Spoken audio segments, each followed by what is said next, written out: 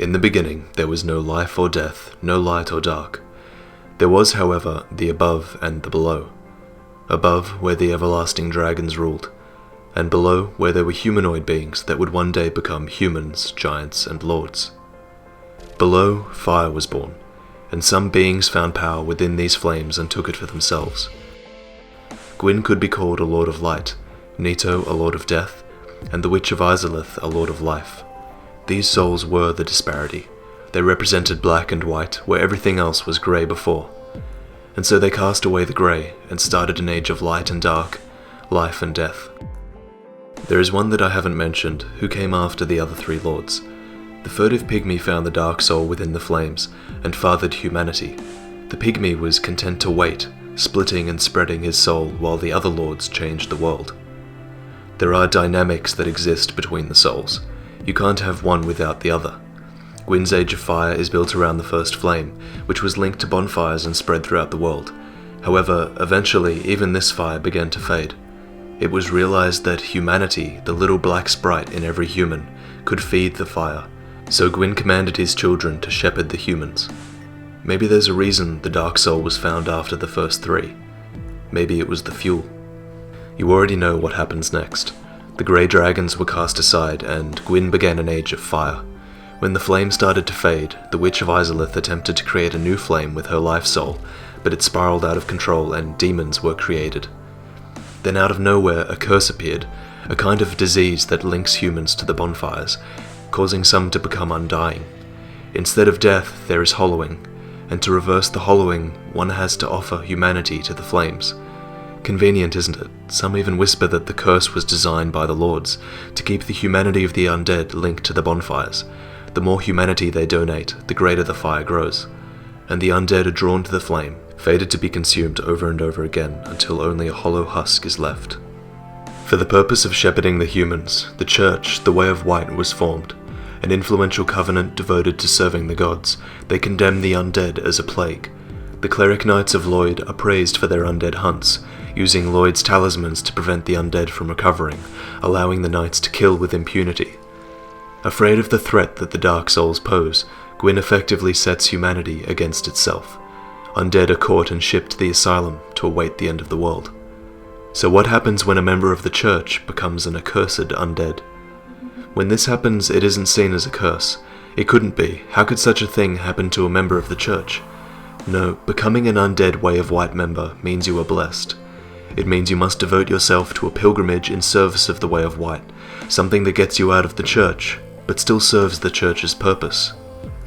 Undead clerics are given a quest for kindling, the art of feeding bonfires with humanity. Is there humanity hidden within the catacombs?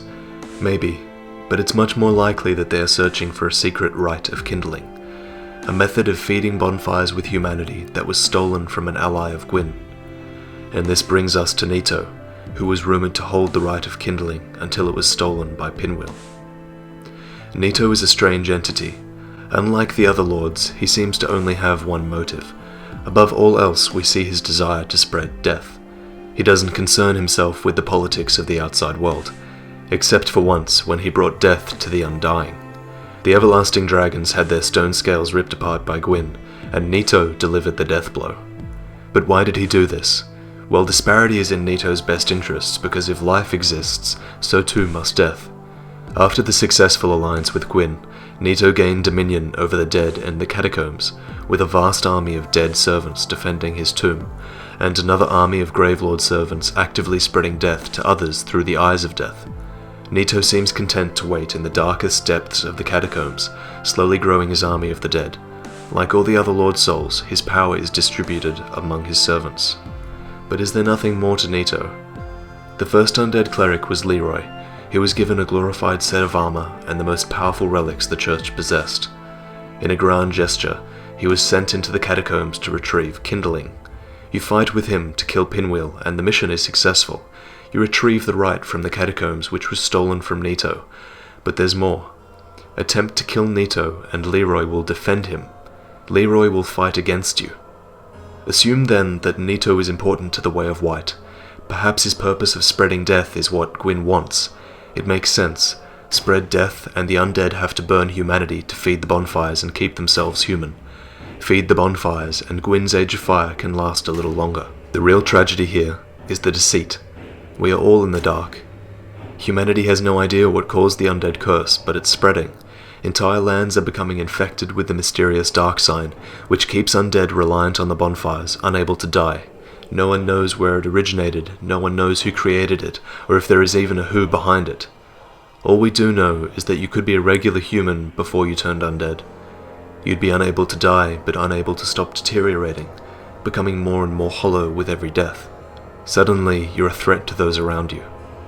The Way of White busies themselves with purging the undead from the world, but they don't know if the curse is a threat, they don't know how it came about, or if they're just being sent into the catacombs to die.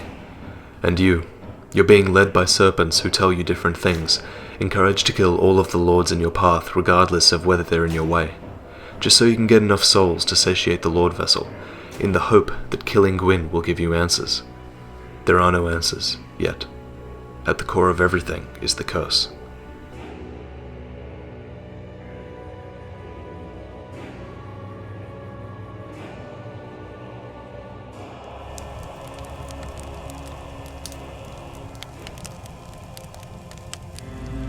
We see the struggle of others unfold around us as they fight for the things important to them.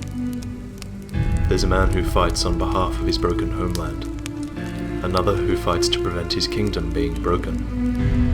One man believes in research for the sake of knowledge, and maybe this knowledge will give you the power to fix your mistake. With this power,